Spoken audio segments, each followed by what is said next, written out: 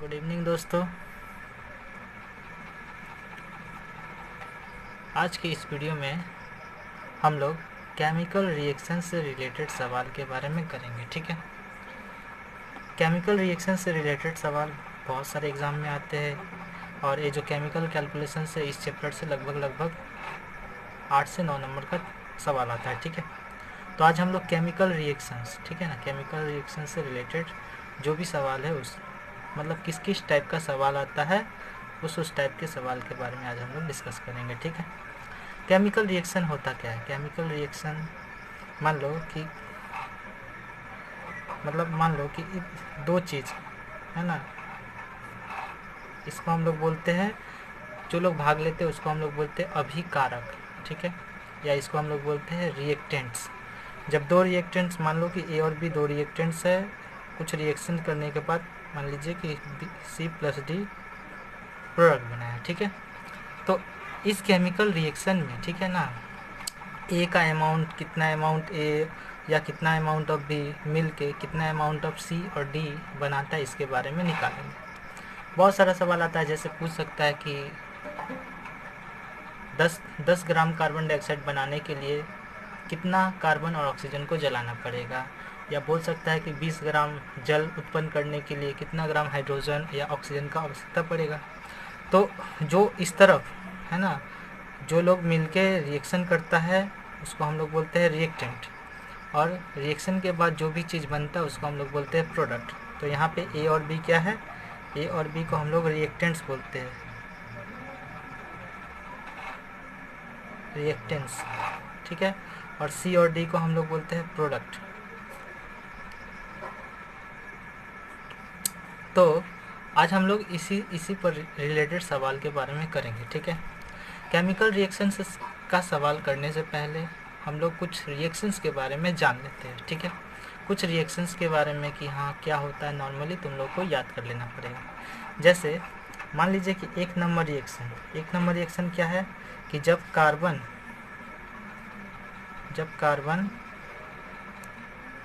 और ऑक्सीजन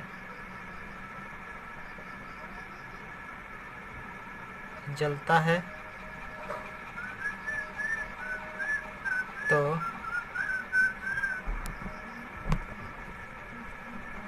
जब कार्बन और ऑक्सीजन जलता है तो कार्बन डाइऑक्साइड बनता है, कार्बन डाइऑक्साइड।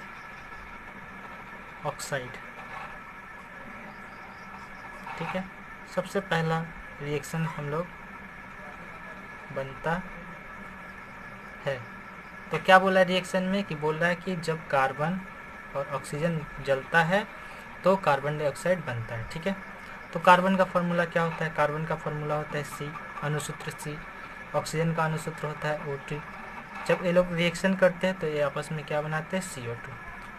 ठीक है, देखिए दोनों तरफ बैलेंस है, इधर एक कार्बन है, इधर भी एक कार्बन है, इधर 2 ऑक्सीजन है, इधर भी 2 ऑक्सीजन है, तो ये बैलेंस इक्वेशन है। तो हम लोग का सबसे पहला रिएक्शन कि जब कार्बन और ऑक्सीजन आपस में रिएक्शन करते हैं तो कार्बन डाइऑक्साइड बनाते हैं। ठीक है, 2 नंबर रिएक्शन है कि जब हाइड्रोजन और ऑक्सीजन जलते हैं, ऑक्सीजन जलता है तो जल उत्पन्न करता है।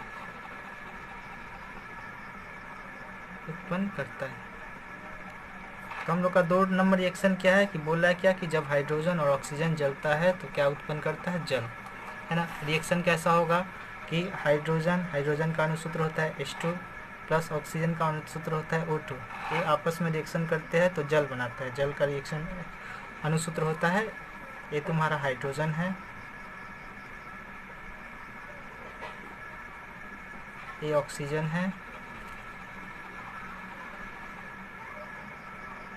और ये तुम्हारा जल है।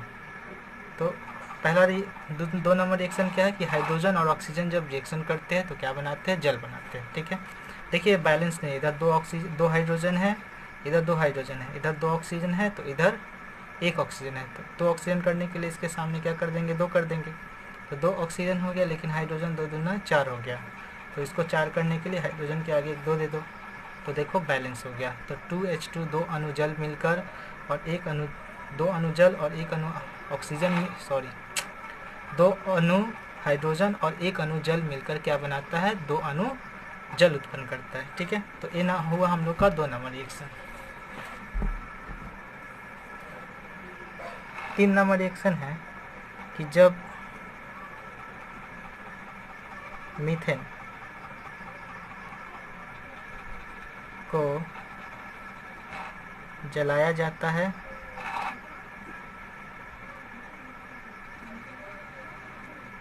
तो कार्बन डाइऑक्साइड CO2 और जल उत्पन्न होता है, जल उत्पन्न होता है।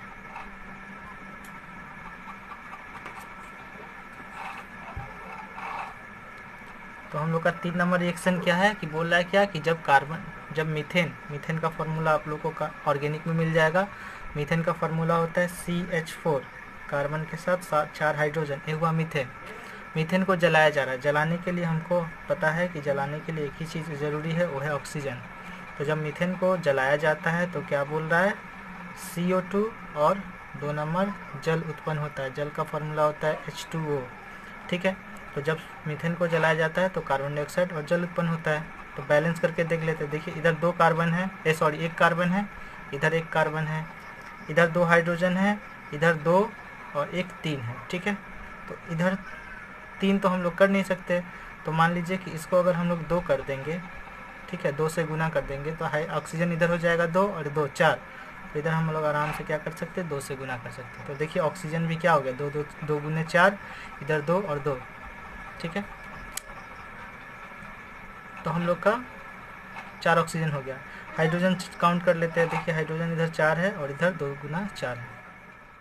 4 नंबर रिएक्शन है कि जब calcium carbonate calcium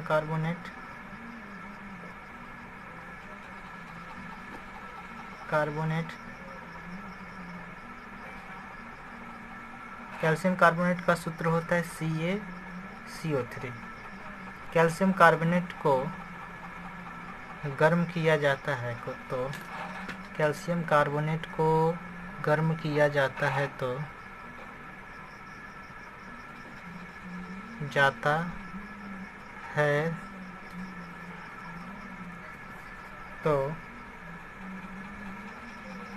calcium oxide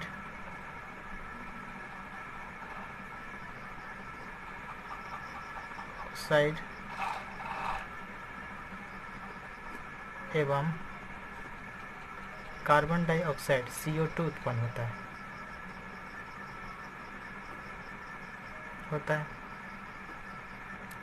तो अगला हम लोग का 4 नंबर जो रिएक्शन है वो क्या बोल रहा है कि जब कैल्शियम कार्बोनेट CaCO3 को CO फॉर कैल्शियम और CO3 जो कार्बोनेट है वो गर्म करने पर क्या मिलता है हम लोग को, कैल्शियम ऑक्साइड और CO2 उत्पन्न होता है। तो नॉर्मल एक आराम सा रिएक्शन है, देखो छोटा सा रिएक्शन है कि CaCO3 को गर्म किया जाता है, ये हीट का साइन है, डेल्टा को हम लोग हीट का साइन देते हैं।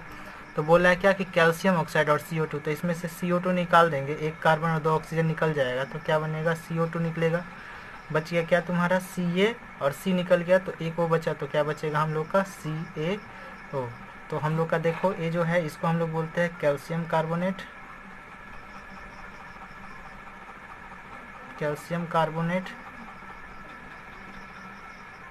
है ना। ये है तुम्हारा कैल्शियम ऑक्साइड है ना, कैल्शियम Ca फॉर कैल्शियम और O for oxide, calcium oxide. तो हम लोग और है तुम्हारा कार्बन डाइऑक्साइड। ठीक है, तो बोला क्या कि जब कैल्शियम कार्बोनेट रिएक्शन करता है, मतलब को गर्म कर रहा है, हीट कर रहा है, ठीक है, तो हम लोग को CaO कैल्शियम ऑक्साइड और कार्बन डाइऑक्साइड गैस प्राप्त होता है। ठीक है, और गैस हो रहा है तो गैस निकलता है तो हम लोग एरो का साइन देते हैं हमेशा। ठीक है, ऊपर की तरफ, यानी गैस जो निकल रहा है। 5 नंबर रिएक्शन बहुत ज़्यादा इंपॉर्टेंट है। 5 नंबर रिएक्शन क्या बोल रहा है कि जब पोटेशियम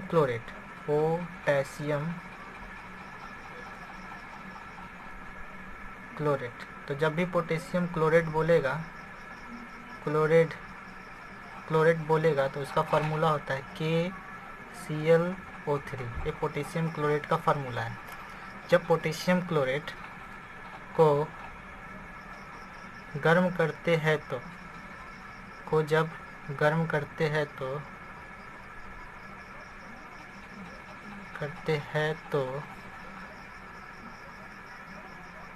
वह पोटेशियम क्लोराइड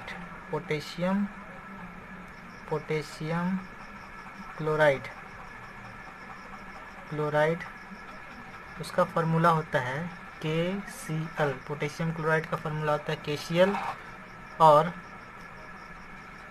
ऑक्सीजन गैस में टूट जाता है।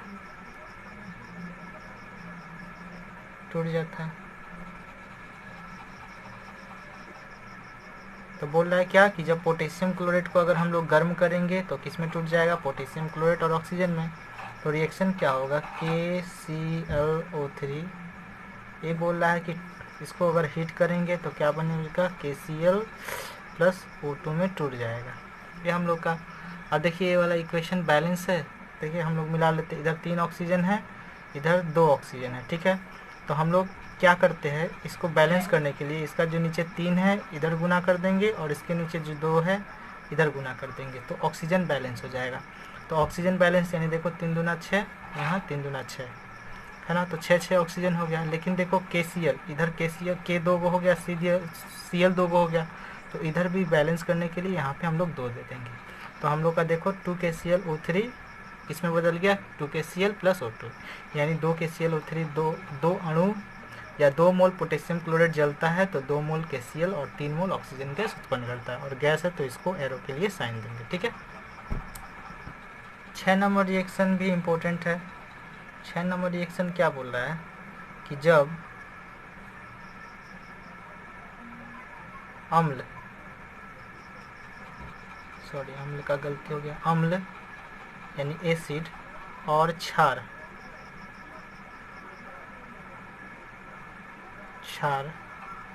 आपस में प्रतिक्रिया करते हैं,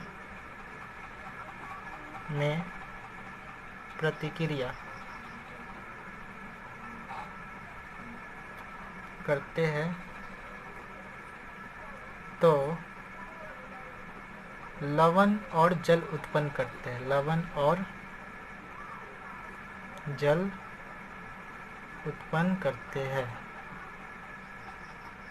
करते हैं।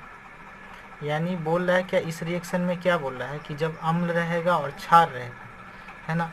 अम्ल जैसे हम लोग का मान लीजिए कि अम्ल आप लोग 9th क्लास में पढ़े होंगे कि अम्ल किसे कहते हैं, जो H+ आयंस देता है उसको अम्ल कहते हैं, और जो OH- आयंस देता है उसको क्षार कहते हैं। जैसे अम्ल का परिभाषा आप लोग देख लीजिए, अम्ल किसे कहते हैं, जैसे HCl को अगर पानी में डालेंगे तो एक इसमें टूट जाएगा, H+ ion plus Cl ions में टूट जाएगा, ठीक है, Cl- आयंस में, है ना। H2SO4 क्या है तुम्हारा, एक एसिड है सल्फ्यूरिक एसिड। इसको अगर पानी में डालोगे तो 2H+ ion plus SO4 minus 2 ions, ठीक है। और या HNO3 है, HNO3, ये भी अगर पानी में डाल के अगर डिसोसिएट करेंगे तो H+ plus NO3 minus ions में टूट जाता है। तो देखो उसमें हम लोग आर्हेनियस का इक्वेशन पर, आर्हेनियस का रूल था कि जो भी है ना हाइड्रोजन रिलेटेड कोई भी कंपाउंड है जिसमें हाइड्रोजन है, अगर उसको पानी में डालने पर अगर वो H+ आयंस देगा तो उसको हम लोग क्या बोलते हैं, एसिड कहते हैं। और जो OH- आयन देगा, जैसे हम लोग का NaOH है ना, इसको पानी में डालोगे तो क्या देगा, Na प्लस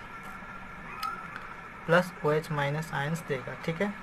या CaOH का होल ट्वाइस है ना, कैल्शियम हाइड्रोक्साइड, अगर पानी में डालोगे तो Ca प्लस OH- आयंस देगा, है ना, Ca2 प्लस 2OH- आयंस, ठीक है। तो ये जो हम लोग का पानी में डालने पर जो OH- आयन देगा उसको हम लोग क्या बोलते हैं, इन दोनों को हम लोग बोलते हैं, जो OH- आयंस देता है उसको क्षार बोलते हैं, और जो H+ आयन देता है उसको हम लोग अम्ल बोलते हैं, ठीक है। तो रिएक्शन हम लोग का क्या है, बोल रहा है क्या कि जब अम्ल और क्षार आपस में रिएक्शन प्रतिक्रिया करते हैं तो लवण और जल उत्पन्न करते हैं। ठीक है, तो मान लीजिए हम लोग का क्या आएगा, फॉर्मूला क्या होगा कि अम्ल प्लस क्षार इक्वल्स टू आएगा लवण प्लस जल। ठीक है, तो ये हम लोग का फॉर्मूला है कि अम्ल और क्षार जब रिएक्शन करते हैं तो क्या बनाते हैं, लवण और जल उत्पन्न करते हैं। जैसे एक रिएक्शन देख लीजिए, NHCl हाइड्रोक्लोरिक एसिड है और NaOH सोडियम हाइड्रोक्साइड है। तो जब ये भी रिएक्शन करता है तो क्या बोला है, जल निकलेगा। तो पहले जल निकाल दो। जल का फॉर्मूला क्या होता है, H2O। तो इधर का एक H, इधर का एक H, कितना हो जाएगा H, और इधर का 2H यानी H2, और इसका ऑक्सीजन H2O, और इसका जो Cl है इसका Na के साथ रिएक्शन हो जाएगा तो NaCl, जिसको हम लोग नमक बोलते हैं, जो आप लोग खाते हैं NaCl। ये क्या है तुम्हारा, लवण या नमक, और ये है तुम्हारा जल, और इसको हम लोग बोलते हैं एसिड, और ये है हम लोगों का क्षार यानी बेस, है ना। तो वही रिएक्शन है कि जब एसिड बेस आपस में रिएक्शन करते हैं तो क्या बनाते हैं, लवण प्लस जल उत्पन्न करते हैं। ठीक है, 7 नंबर रिएक्शन क्या बोल रहा है कि जब कोई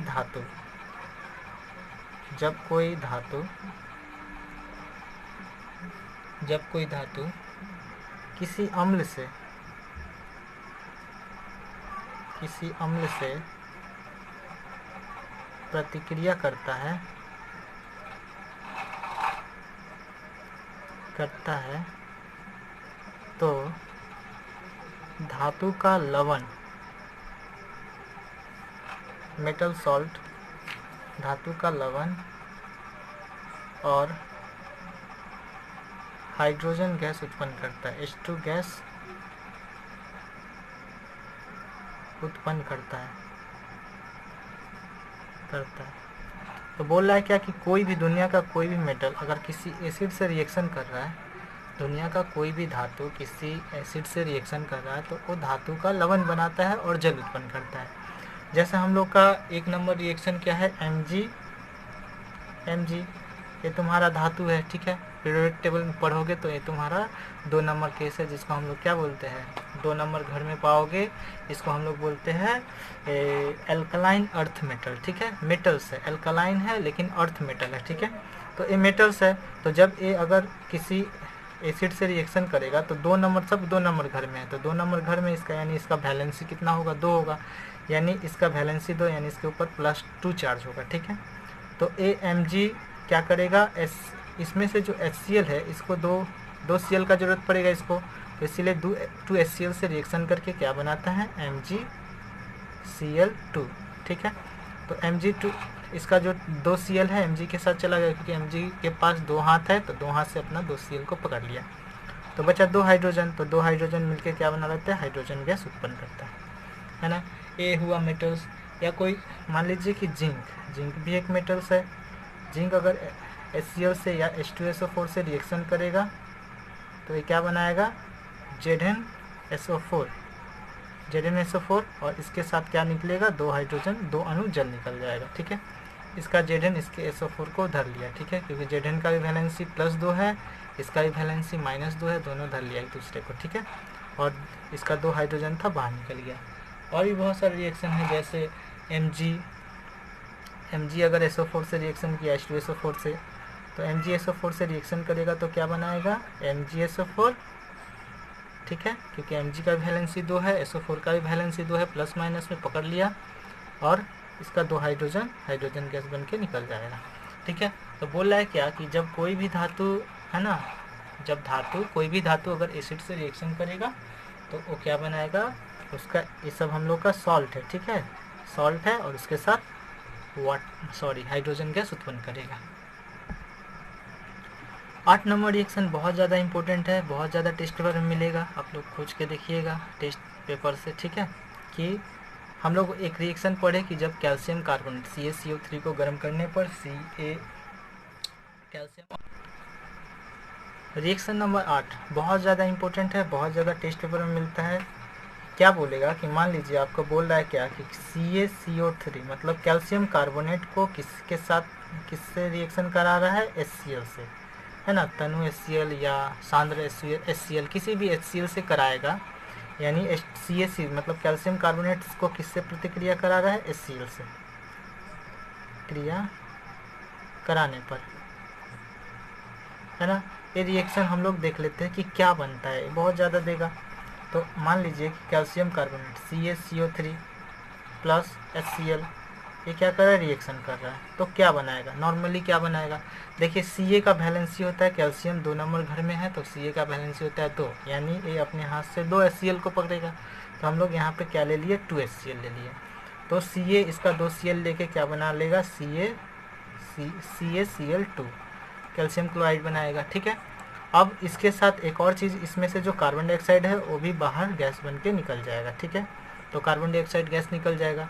तो देखिए यहाँ से एक कार्बन और 2 ऑक्सीजन निकल गया, यहाँ अभी 2 हाइड्रोजन है और 1 ऑक्सीजन है, तो क्या बना लेगा, जल बना लेगा, ठीक है।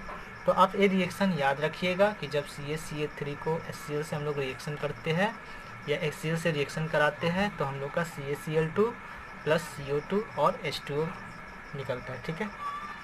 तो ये हम लोग का बहुत ज़्यादा रिएक्शन, हम लोग को बहुत ज़्यादा इसका यूज़ करना होगा, बहुत सवाल देता है, ठीक है, बहुत टाइप का इसका सवाल आता है। तो चलिए आज अब हम लोग न्यूमेरिकल एग्जांपल्स देखते हैं, मतलब इससे जो केमिकल रिएक्शन से रिलेटेड जो सवाल देते हैं उसके बारे में अब हम लोग डिस्कस करते हैं, ठीक है। हम लोग का सबसे पहला सबसे आसान चीज़ करते हैं कि मान लीजिए बोलेगा क्या कि 20 ग्राम CO2 प्राप्त करने के लिए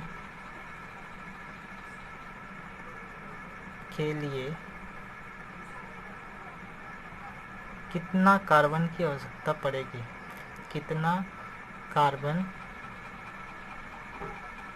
की आवश्यकता पड़ेगी।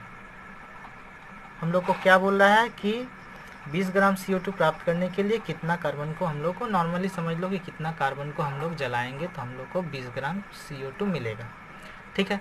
तो हम लोग सबसे पहले रिएक्शन हम लोग 1 नंबर ही रिएक्शन पढ़े कि जब कार्बन को जलाते हैं, जलाने के लिए हम लोग को क्या चाहिए, ऑक्सीजन चाहिए। तो कार्बन को जलाने के लिए ऑक्सीजन चाहिए, तो हम लोग जब भी किसी कार्बन को जलाते हैं तो क्या बनता है कि जब लिख देंगे सॉल्यूशन कि जब कार्बन को वायु की उपस्थिति में जलाते हैं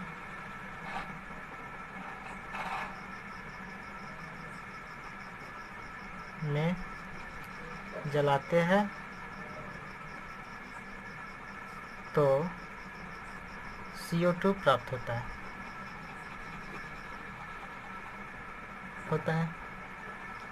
ये हम लोग लिख देंगे, जो भी हम लोग जानते लिख देंगे। तो बोला है क्या कि 20 ग्राम, तो हम लोग जो हम लोग का रिएक्शन आएगा, किसको जला रहे हैं, कार्बन को वायु की उपस्थिति में बिना ऑक्सीजन का। तुम लोग बच्चा क्लास में या 7-8 क्लास में पढ़े होंगे कि किसी भी चीज़ को जलने के लिए वायु का यानी ऑक्सीजन का बहुत जरूरी है। ऑक्सीजन मतलब वायु, ठीक है।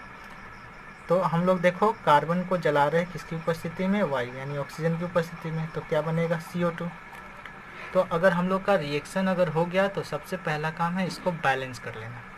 तो हम लोग बैलेंस कर लेते हैं। देखिए इधर 1 कार्बन है, इधर 1 कार्बन है, इधर 2 ऑक्सीजन है, इधर 2 ऑक्सीजन, बैलेंस है, ठीक है। बैलेंस रहता तो बराबर भी देते हैं, आप लोग एरो भी दे सकते हैं, ठीक है। अभी नया रूल में ये सब नहीं धरा जाता है, ठीक है। तो एक हम लोग का काम है कि जो रिएक्शन रहेगा याद रहेगा तो लिखेंगे। उसके बाद इसका 2 नंबर रूल हम लोग का है कि इसको बैलेंस कर लेना।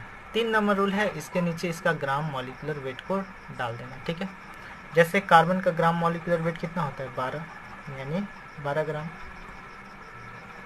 ऑक्सीजन का ग्राम मॉलिक्यूलर वेट कितना होता है, 2 × 16, यानी ये कितना हो जाएगा, 32 ग्राम। और कार्बन डाइऑक्साइड का कितना होता है, 12 + 2 ऑक्सीजन है, ऑक्सीजन का कितना होता है, 16। तो इधर देखिए, तो 12 + 16 × 32 कितना हो जाएगा, 12 और 32 44 ग्राम। तो हम लोग जब ग्राम मॉलिक्यूलर वेट देख रख कर हम लोग को कुछ कुछ चीज़ यहाँ से पता चला। क्या क्या चीज़ पता चला कि पहला तो बात हमको पता चला कि 12 ग्राम कार्बन डाइऑक्साइड, कार्बन को जलाने पर 44 ग्राम, है ना, 44 ग्राम CO2 उत्पन्न हो रहा है। या 12 ग्राम कार्बन को जलाने के लिए कितना हम लोग को ऑक्सीजन का ज़रूरत पड़ रहा है, 32 ग्राम। या 32 ग्राम ऑक्सीजन जलने पर कार्बन के साथ कितना बना रहा है, 44 ग्राम कार्बन डाइऑक्साइड बना रहा है। 3 बात को पता चला। पहला तो बात कि 12 ग्राम, है ना, 12 ग्राम जल रहा है तो कितना ग्राम कार्बन डाइऑक्साइड बना रहा है, 44 ग्राम। एक नंबर बात। या 2 नंबर बात क्या पता चला कि 12 ग्राम कार्बन को जलाने के लिए हमको कितना ऑक्सीजन का ज़रूरत पड़ेगा, 32 ग्राम ऑक्सीजन का ज़रूरत पड़ेगा। और एक और बात है कि 32 ग्राम ऑक्सीजन जब कार्बन के साथ जलता है तो कितना बन रहा है, 44 ग्राम CO2 उत्पन्न कर रहा है। तो हम लोग को सवाल में क्या बोला है कि 20 ग्राम कार्बन डाइऑक्साइड प्राप्त करने के लिए कितना कार्बन की आवश्यकता पड़ेगी। तो देखो इस रिएक्शन से हम लोग को क्या पता चला कि जब 44 ग्राम जल रहा है, 44 ग्राम CO2 प्राप्त करने के लिए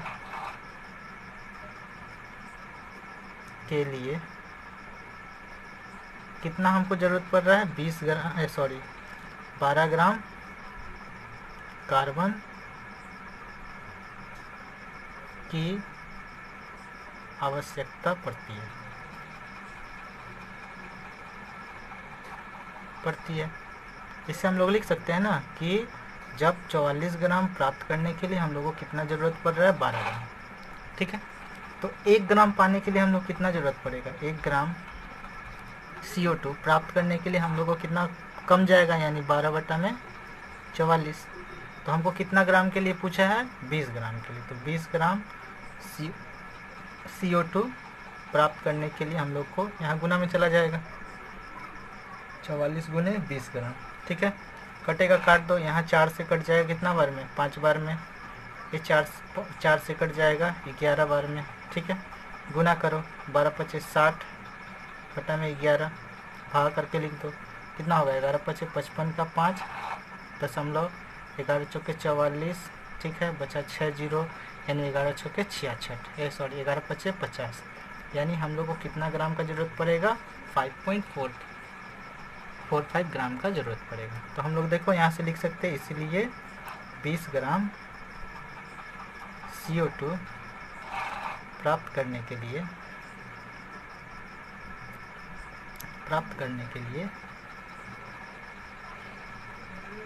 5.45 ग्राम कार्बन,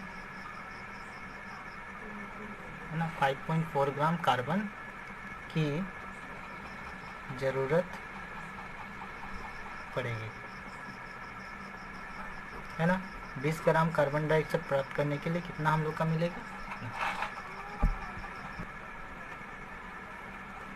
तो नंबर एग्जाम्पल है कि 15 ग्राम हाइड्रोजन को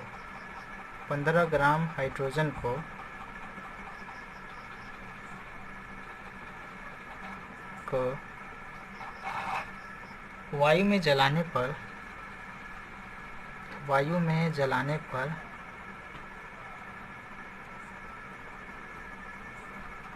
कितना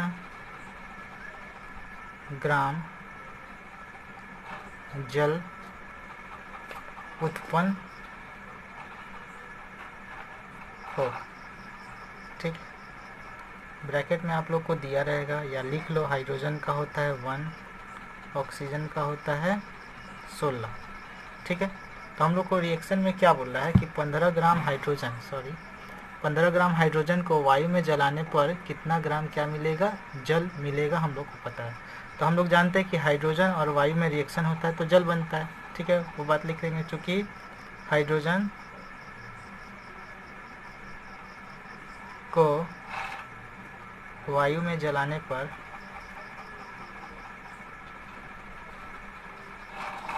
क्या उत्पन्न होता है, जल उत्पन्न होता है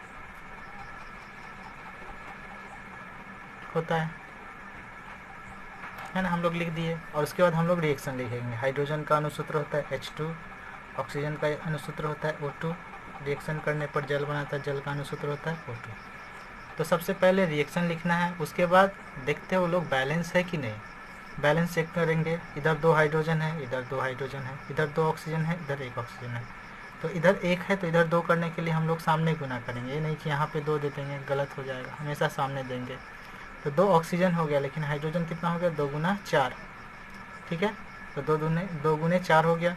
तो यहाँ पे 2 हाइड्रोजन करने के लिए इसके आगे भी हम लोग क्या कर देंगे, 2 दे देंगे, हम लोग नीचे 4 नहीं करेंगे, ठीक है, सामने जो भी करना है सामने। तो 2 हाइड्रोजन। तो अब इसको हम लोग क्या करते हैं, इसका ग्राम मॉलिक्यूलर वेट डालते हैं, ठीक है। जैसे यहाँ हाइड्रोजन 2 है, इसके आगे 2 है तो 2, उसके बाद जब दूसरा लिखते हैं तो ब्रैकेट स्टार्ट करते हैं, ठीक है। जो भी संख्या रहेगा वो लिख के उसके बाद ब्रैकेट। बोलो 2 हाइड्रोजन है तो 2 हाइड्रोजन का गुने 1, यानी 2 एकम 2 प्लस 2 कितना ग्राम हो जाएगा, 4 ग्राम। ऑक्सीजन इधर कितना है, 2 ऑक्सीजन है, तो 2 गुने 1 ऑक्सीजन का कितना होता है, 16, तो कितना हो जाएगा, 16 दूना 32 ग्राम, है ना।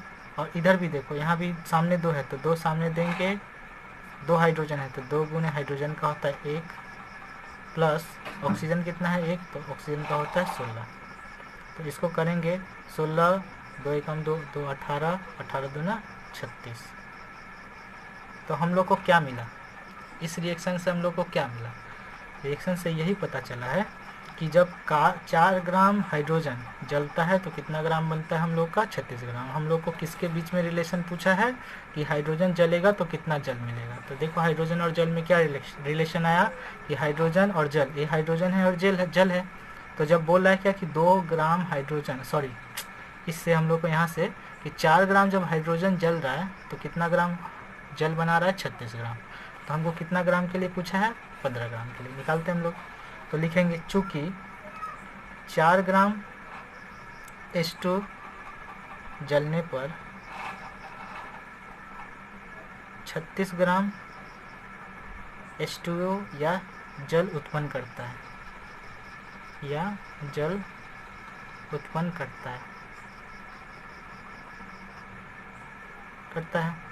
तो एक एक नियम क्या होगा, तो 1 ग्राम करेगा, 1 ग्राम हाइड्रोजन जलेगा तो कम होगा, तो 36 बटा में 4 ग्राम, ठीक है।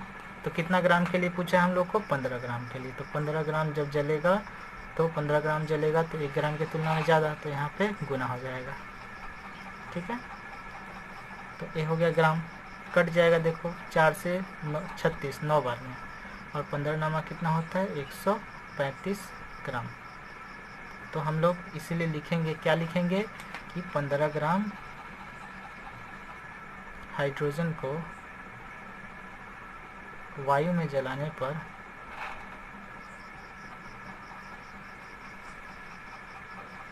चलाने पर 135 ग्राम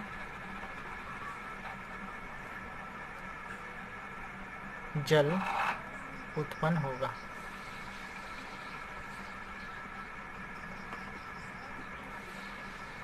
है ना, ये हम लोग का आंसर हो गया।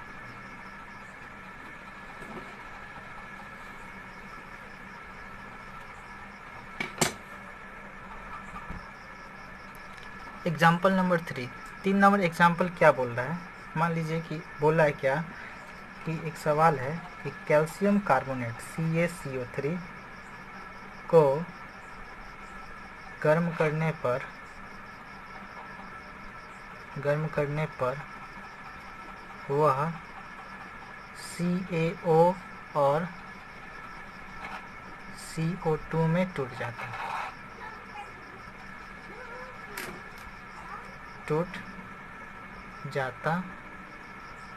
है, क्या बोला कि CaCO3 को गर्म करने पर CO।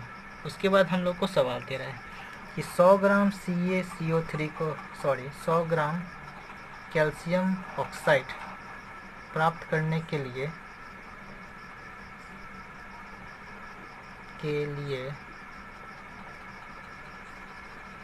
कितना CaCO3 का आवश्यकता पड़ेगी, और ब्रैकेट में आपको Ca का दे दिया है 40, कार्बन का हम लोग जानते हैं 12, और ऑक्सीजन का भी जानते हैं हम लोग 16। ठीक है। देखिए इस सवाल में आपको रिएक्शन पूरा बता दिया है, ठीक है, कि भाई कि जब CaCO3 को गर्म करते तो किस में टूट जाता है, CaO प्लस CO2 में। तो अभी आँख बंद करके क्या कर दीजिए, रिएक्शन लिख दीजिए, सॉल्यूशन देकर रिएक्शन लिख दीजिए। क्या होगा, CaCO3 जब को गर्म करते हैं, गर्म करने का साइन दे देंगे, किसमें टूट जाता है, CaO प्लस CO2, है ना। उसके बाद हम लोगों को क्या काम है, बैलेंस चेक करना, बैलेंस है कि नहीं, रिएक्शन बैलेंस है। इधर एक कार्बन Ca है कैल्शियम, इधर भी एक कैल्शियम है, इधर एक कार्बन है, इधर भी एक कार्बन है, इधर 3 ऑक्सीजन है, इधर 1 और 2 इसके साथ है, यानी 3 ऑक्सीजन इधर भी है, यानी रिएक्शन पूरा बैलेंस है। अब क्या करना है, इसका जो ग्राम मॉलिकुलर वेट है हम लोग लिख देते हैं। ग्राम अनुभार क्या होगा, जैसे कैल्शियम का होता है 40 प्लस कार्बन 1 है तो 12 प्लस ऑक्सीजन कितना है 3 है तो 3 गुने 16, सबको करेंगे तो कितना आ जाएगा 100 ग्राम, ठीक है। 40 12 52 और 48 100 ग्राम। इसका करेंगे, कैल्शियम का होता है 40 प्लस ऑक्सीजन का होता है 16, यानी कितना हो जाएगा 56 ग्राम। और इधर कार्बन का कितना होता है 12 प्लस 2 गुने ऑक्सीजन का 32, यानी कितना हो जाएगा 44 ग्राम। तो देखिए हम लोग को इधर से क्या पता चला कि हम लोग को किस में रिएक्शन पूछा है, बोल रहा है कि 100 ग्राम CO प्राप्त करने के लिए कितना CaCO3 का आवश्यकता पड़ेगा, यही तो ना। तो हम लोग देखिए यहाँ पे कि जब 100 ग्राम CaCO3 को जला रहा है तो हमको कितना मिल रहा है, 56 ग्राम CaO प्राप्त हो रहा है, ठीक है। तो हम लोग नहीं लिख सकते हैं, चूँकि क्या लिख सकते हैं हम लोग, ठीक है, क्या लिख सकते हैं, दूसरे पेज में लिखता हूँ, ठीक, दूसरे पेज में रिएक्शन, ठीक है। फिर से लिख दे रहा हूँ कि CaCO3 प्लस को गर्म करने पर CaO प्लस CO2, इसका आया था 100 ग्राम, इसका आया था 56 ग्राम, इसका आया था 44 ग्राम। तो देखिए हम लोग का रिएक्शन में क्या पता चला कि जब 56 ग्राम कि 56 ग्राम CaO कि जब 100 ग्राम जलता है तो प्राप्त होता है। तो हम लिख सकते नहीं हैं कि 56 ग्राम CaO प्राप्त करने के लिए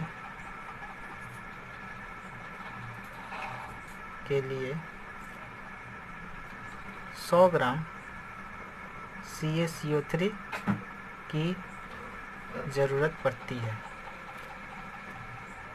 है।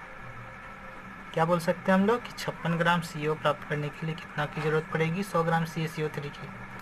तो 1 ग्राम के लिए कितना होगा, 1 ग्राम करने के लिए कम जाएगा तो कितना हो जाएगा, 100 बट्टा में 56, इतना ग्राम प्राप्त होगा। तो हमको कितना ग्राम के लिए पूछा है, 100 ग्राम के लिए। तो 100 ग्राम प्राप्त करने के लिए हमको कितना ज़रूरत पड़ेगा, 100 बट्टा में 56 गुने 100, ठीक है। जो कटेगा काटते हम लोग, है ना। देखिए यहाँ पे 4 से 25 बार में कट जाएगा, ठीक है, और 4 से 14 चक्के 56, ठीक है, 14 चक्का 56।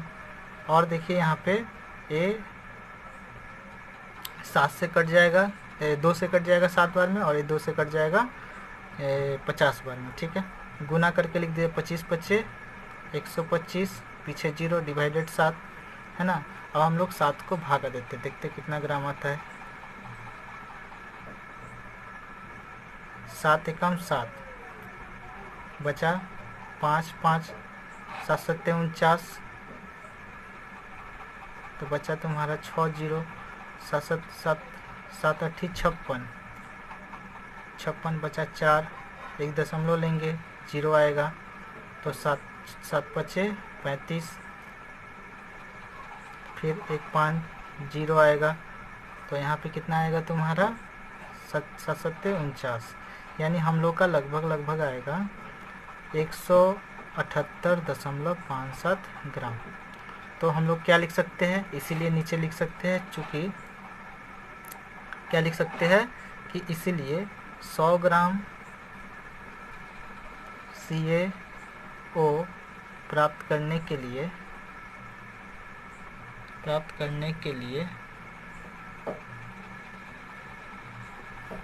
178.57 ग्राम CaCO3 की ज़रूरत पड़ेगी।